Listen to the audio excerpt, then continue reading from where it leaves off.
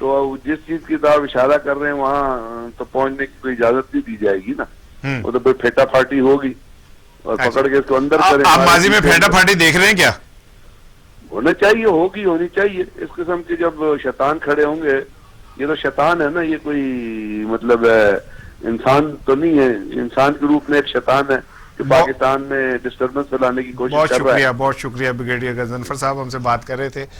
میں تو آخری جو ان کی گفتگو کا جملہ ہے اس کا حصہ دار نہیں ہوں, لیکن میں یہ سمجھتا ہوں کہ جب تک ہم پاکستان کے اندر یہ طے نہیں کر لیں گے کہ کیا پاکستان میں 2 قوانین ہیں, 2 آئین ہیں, اور ایک آئین کے تحت ہم کسی لمحے بھی, کسی موقع پہ بھی, کسی جگہ پہ بھی جا کے عدالتوں سے بالاتر ہو کے NRO دے سکتے ہیں. ماضی میں اس کے بہت ساری مثالیں موجود ہیں. تو کیا یہ ہر بار اس طرح طاقتور جو طبقہ ہے, جو ڈاڈے ہیں, ایلیٹ کلاس ہے, ان کو اس طرح کے NROز ملتے رہنے چاہیے تاکہ پھر آنے والے دنوں میں کچھ نئے مقدمات بن جائے اور آنے والی کوئی اور حکومت انہیں NRO دے. اور جو یہ سلسلہ چل پڑا ہے کہ جی اپوزیشن اور حکومت میں مذاکرات ہونے چاہیے, تو کیا جو سنجیدہ طبقے ہیں جو اس بات کے حق میں کہ اپوزیشن اور حکومت میں مذاکرات ہونے چاہیے, وہ کیا اس بات کی بھی نشاندہی کریں گے کہ کن امور پہ مذاکرات ہونے چاہیے, اور وہ کون سے ایسے امور ہیں جن کی وجہ سے مذاکرات ہونے ضروری ہیں؟ ہمارے ساتھ موجود ہیں چودھری محمد اکرم صاحب, وزیر اعلیٰ بزدار کے پہلے مشیر تھے, نوائے وقت کے کالم نگار ہیں اور بڑے اچھے تجزیہ نگار ہیں. چودھری صاحب السلام علیکم. وعلیکم السلام. سر میرا سوال یہ ہے, آج آپ نے PDM کی گفتگو اور رہنماؤں کی سن لی, تو کیا بڑا ہارڈ لائن نہیں ہوتے جا رہے PDM کے کچھ لوگ؟ رانا صاحب, صورتحال یہ ہے کہ PDM اب صرف کاغذوں میں موجود ہے. وہ تو کہہ رہے ہیں کہ ہم تو پنڈی جائیں گے اسلام آباد کے بجائے, وہ اتنے تگڑے ہیں, وہ تو کہہ رہے ہیں جی ہم تو دیکھیں کرتے کیا ہے. کوئی بات نہیں, پنڈی بھی پاکستان کا شہر ہے نا, اسلام آباد بھی پاکستان کا شہر ہے, ان کو پوری آزادی ہے, وہ جہاں چاہیں جائیں, لیکن ان کے ساتھ جانے کے لیے بھی تو کچھ ہونا چاہیے نا. لے آئیں گے مدرسوں سے بچے. میں عرض کرنے لگا ہوں, ان کے پاس جانے کے لیے کیا ہے کہ پاکستان کے عوام یہ پوچھتے ہیں کہ 1985 سے آپ سب حکمران ہیں, آج ہمارے پاس کھانے کو آٹا نہیں ہے, استعمال کرنے کے لیے بجلی نہیں ہے, گیس مدتوں سے ہمارے پاس نہیں ہے. عوام ان سوالوں کا جواب بھی پوچھتے ہیں کہ آپ جب 2013 میں حکمران بنے, 2020 کے سافٹ لون دے گئے کہ آپ نے 2020 میں ادائیگی کر رہی ہیں, جب آپ 2018 میں تھے ملک میں وہ پیسے نہیں تھے کہ آپ ان پیسوں سے قرضے ادا کر سکتے. تو آج آپ یہ تو نہیں کہہ سکتے کہ جن کے پاس یہ پنڈی جا رہے ہیں یہ ان کا قصور ہے, آپ کو یہ قصور تسلیم کرنے پڑیں گے. دوسری بات, حکومت اپنی جگہ پر جو کر رہی ہے, حکومت کی نااہلیاں موجود ہیں, کوئی دو رائے نہیں ہے, حکومت بیڈ گورننس کا شکار ہے, کوئی دو رائے نہیں ہے, لیکن اس کے باوجود اتنی پاورفل اپوزیشن گزشتہ 2.5 سال سے اس حکومت کے اوپر 1 روپے کا فائنانشیل کرپشن کا چارج نہیں لگا سکتی. اچھا وہ صرف چارج لگاتی ہے کہ جی چینی مہنگی ہو گئی, اتنے پیسے فلاں کھا گیا. بھائی جان, یہ لوگوں کو بیوقوف بنانے کا کاروبار جو ہے اب پاکستان لیکن چوہدری صاحب حکومت بھی تو کوئی پیسہ نہیں کٹوا سکی نا انہوں کو, ایسا بھی نہیں لا سکے تھے, انہوں نے کہڑا پیسے جمع کراتے کوئی. رانا صاحب جنہوں نے موٹر وے بنائی ہو نا, اور موٹر وے کا نقشہ بنانے کے فوراً بعد کسی کو اناؤنس کیے بغیر اس کے ارد گرد کی 3000 کلومیٹر زمین خرید لی ہو 6 روپے کنال, اور وہ 6 لاکھ روپے کنال بیچی ہو, تو اس کو کوئی دنیا کا نظام جو ہے نا نہیں پکڑ سکتا. تو نیب نے بھی اس پہ کوئی ایکشن نہیں لیا. سر یہ تو آپ بہت بڑا اسکینڈل بتا رہے ہیں, یہ تو اربوں خربوں روپے کا اسکینڈل ہے. پاکستان ہی اس طرح بک گیا ہے, پورے پاکستان کا ہر منصوبہ مفادات کی نظر ہوا ہے, غریبوں کی زمینیں گئیں, امیروں کے محل بن گئے. کہیں پہ کوئی تبدیلی نظر آئی آپ کو؟ اس ملک میں جو 4 یا 5% لوگ امیر تھے وہ 22 خاندانوں سے کہانی چلتی چلتی چند پرسنٹیجوں پہ آئی، باقی 97% لوگ تو بھوک سے مر رہے ہیں، اسار رانا کا تو روٹی نہیں مل رہی۔ لیکن یہاں پہ کئی ایسے لوگ بھی ہیں انہوں نے پیلس بنا لیے، وہ ایسے بھی ہیں کہ ان کا دودھ جو ہے لینڈ کروزروں میں لینے جاتے ہیں لوگ۔ تو بھائی جان ایسے بھی ہیں جو طیاروں میں جن کے لیے کھاد پائے آتے ہیں چوہے صاحب؟ جی وہ ایسے بھی ہیں جن کے طیارے جو ہیں صبح بھجے سے نہاری اور پائے لیتی تھی اور روزانہ اسلام آباد جاتی تھی۔ اگر ان کا دل کرتا تھا سنگاپور میں وہ پائے کھانے ہیں تو وہ سنگاپور بھی جاتا تھا۔ تو اب لیکن آپ قوم کو بیوقوف بنانا شروع کر دیں ہم سب مل کے کہ جی آج سارا کچھ عمران خان کھا گیا ہے یا اسے وہ جو پنڈی والے ہیں وہ کھا گئے ہیں، تو یہ 22 کروڑ لوگ بیوقوف نہیں ہیں، کیونکہ ان کی روٹی روزی تو بیچاروں کی مدت سے مشکل میں ہے۔ کبھی انہیں ہیلتھ کے لیے پیسے نہیں ملتے، کبھی ایجوکیشن کے لیکن لیے چوہے نہیں صاحب ملتے۔ کیا وجہ ہے کہ عمران خان بھی وہ سب کچھ نہیں کر سکے جو ایک عام آدمی کا خواب تھا؟ تو کیا فرق ہے دونوں کے اندر؟ بلکہ وہ تو کہتے ہیں کہ نواز شریف کے دور میں ہمیں پھر روٹی ملتی تھی کھانے کو۔ میں بالکل آپ ٹھیک بات کر رہے ہیں، یہاں پہ میں سمجھتا ہوں کہ ترجیحات کا فرق ہے۔ عمران خان یہ سمجھتا ہے کہ اگر ملک کی بیماری جڑ سے ختم نہ کی گئی تو یہ آج سے 5 سال بعد پھر وہیں کھڑا ہوگا۔ میں اب آپ کو ایک چھوٹا سا اگزامپل دے دیتا ہوں تاکہ آپ کو سمجھنے کے لیے آسانی ہو جائے۔ اب یہ جو ٹریڈ ڈیفیسٹ ختم ہو رہا ہے اور پاکستان پلس میں جا رہا ہے، اور اگر آپ اس سے صرف ہر سال $3 بلین کا قرضہ اتارنا شروع کر دیں تو آپ آئندہ 33 سال میں بھی پاکستان کا قرضہ نہیں اتر سکتا، ٹھیک ہے، اور اتنے میں پھر سود چڑھ جائے گا، پھر سود چڑھتا شروع ہو جائے گا۔ تو بھائی میرے لہٰذا یہ مسائل جن لوگوں نے پیدا کیے ہیں انہیں قوم کو بیوقوف بنانے کا کاروبار بند کر کے اس ملک کی رہنمائی کرنی چاہیے۔ جو غلطیاں ہو گئی ان کو اگنور کر دینا چاہیے، اور جو دوسری حکومت کر رہی ہے اس کی بھی رہنمائی۔ پیپلز پارٹی کا بتائیے، پیپلز پارٹی کیا اس گیم میں ابھی تک پی ڈی ایم کے ساتھ ہے؟ نکلتی ہے تو ان کی اپنی عوامی مقبولیت بھی چیلنج ہو جاتی ہے نا، وہ ایک پلیٹ فارم خالی کر دیتے۔ نہیں وہ دیکھیں، میں تو ہمیشہ سے میرا سوال ہے کیا بلاول بھٹو جو ہے وہ مریم نواز شریف کو پرائم منسٹر بننے کی جنگ لڑے گا؟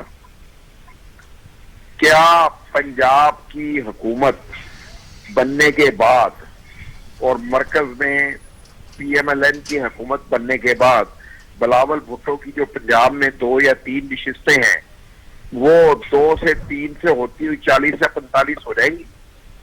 کیا وہ دوبارہ 2023 کے انتخابات میں پنجاب میں ایک بڑی اپوزیشن کے طور پہ 100 سوا 100 یا 150 ایم پی اے بنا سکے گا؟ اگر ایسا نہیں ہے، انہیں آج سے نئے انتخابات کروانے کی صورت میں بھی سندھ میں ہی اپنی حکومت قائم کرنی ہے، وہ اپنی موجودہ حکومت کو کیوں ڈسلوج کروائیں گے؟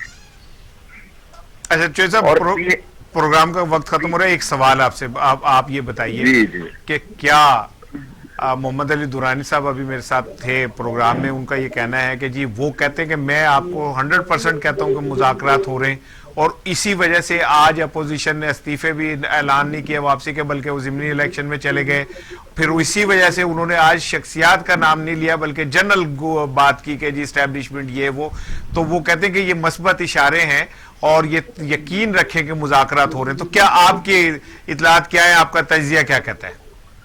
دیکھیں، سیاستدان اور اسٹیبلشمنٹ پوری دنیا میں مذاکرات میں رہتے ہیں اور کبھی ٹیبل ٹرن نہیں کرتے، ضرور چہرے بدلتے ہیں، مذاکرات جاری رہتے ہیں۔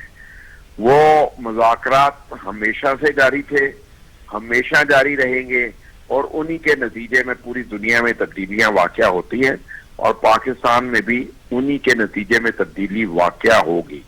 آج کی اپوزیشن کل کی اگر حکومت ہے تو آج کی اسٹیبلشمنٹ کل کی بھی اسٹیبلشمنٹ ہے۔ تو صرف پاکستانی سیاستدانوں کی بدقسمتی یہ ہے کہ یہ چوراہے میں ہنڈیاں پھوڑتے ہیں، جبکہ پوری دنیا جو آپس میں معاملات طے ہوتے ہیں انہیں آپس ہی میں رکھتے ہیں. ہمیں پتہ نہیں یہ عقل کب آئے گی. فضل الرحمان صاحب ساری دنیا میں صاحب یہ بتائیے کیا فضل الرحمان صاحب نے میاں نواز شریف کا فائدہ اٹھاتے ہوئے اپنی ذاتی جنگ لڑ لی اور وہ اس ذاتی جنگ میں مسلم لیگ نون کو بھی ایک بند گلی میں لے گئے, یا ان کے ہی اس پریشر اور اس سٹرگل کی وجہ سے اسٹیبلشمنٹ جو ہے وہ پوزیشن کی بات سننے پہ تیار ہوئی؟ دیکھیں, نہ تو اسٹیبلشمنٹ کے اوپر کسی کا پریشر ہے, پہلی بات تو یہ کلیئر کر لیں. دوسری بات یہ ہے کہ میرے نزدیک مولانا فضل الرحمان, نواز شریف اور مریم اب پاکستان کی پالیٹکس سے ہر رول ختم ہو گیا. ختم ہو گیا رول؟ آپ اتنی بڑی بات کہہ رہے ہیں کہ ان کا رول ہی ختم ہو گیا. ہاں, ان کا پاکستان کی پالیٹکس میں اب کوئی رول نہیں ہے. اور اس کو آپ 1 مہینے بعد مان لیں, 2 مہینے بعد مان لیں, یا 3 مہینے بعد مان لیں, ان کا رول بالکل اس طرح ختم ہو گیا ہے جس طرح الطاف حسین کا کراچی کی سیاست سے ختم ہو گیا ہے. جس کے کہنے پہ کراچی میں پتہ نہیں ہلتا تھا, آج اس کو کتے کی طرح بھونکنے کے بعد بھی کوئی پوچھنے والا تیار نہیں ہے. تو یہ ان کا حشر بھی وہی ہونے والا ہے. بہت شکریہ چودھری محمد اکرم صاحب, ہم سے بات کر رہے تھے. بھائی پہلے بریگیڈیئر غضنفر صاحب نے ایک سخت جملہ استعمال کیا, پھر چودھری اکرم صاحب نے کیا, لیکن میں سمجھتا ہوں کہ جذبات اپنے جو ہیں ان کو ذرا تھوڑا سا, ظاہر ہے آپ جذبات میں بہت کچھ کہہ سکتے ہیں, بہت کچھ آپ کے وہ نکل سکتا ہے, لیکن یہی تو اصل آرٹ ہے کہ پی ڈی ایم کے پلیٹ فارم سے جو کچھ کہا جا رہا ہے اس کو بعض اوقات کہا جاتا ہے کہ یہ فن خطابت کا نتیجہ ہے, لیکن ایسا نہیں ہے. بہت ساری چیزیں پھر کہیں اور کہیں جا کے کاؤنٹ ہو رہی ہوتی ہیں. میں یہ سمجھتا ہوں کہ سیاستدانوں کو ہوش کے ناخن لینے چاہیے اور یہ سمجھنا چاہیے کہ پاکستان اس وقت بہت سارے دباؤ کا شکار ہے. بھارت نے ایک ہمارے ساتھ پراکسی وار جنگ, براہ راست جنگ شروع کی ہوئی ہے.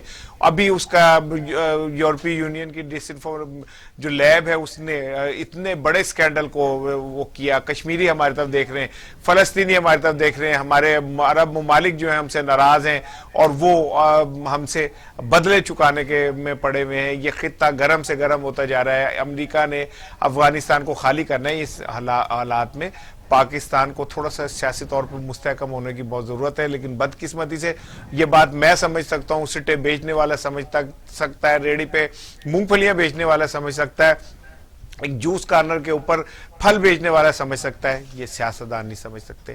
پتہ نہیں انہیں کب سمجھ آئے گی, اللہ انہیں سمجھ دے. کل ملاقات ہوگی. السلام علیکم.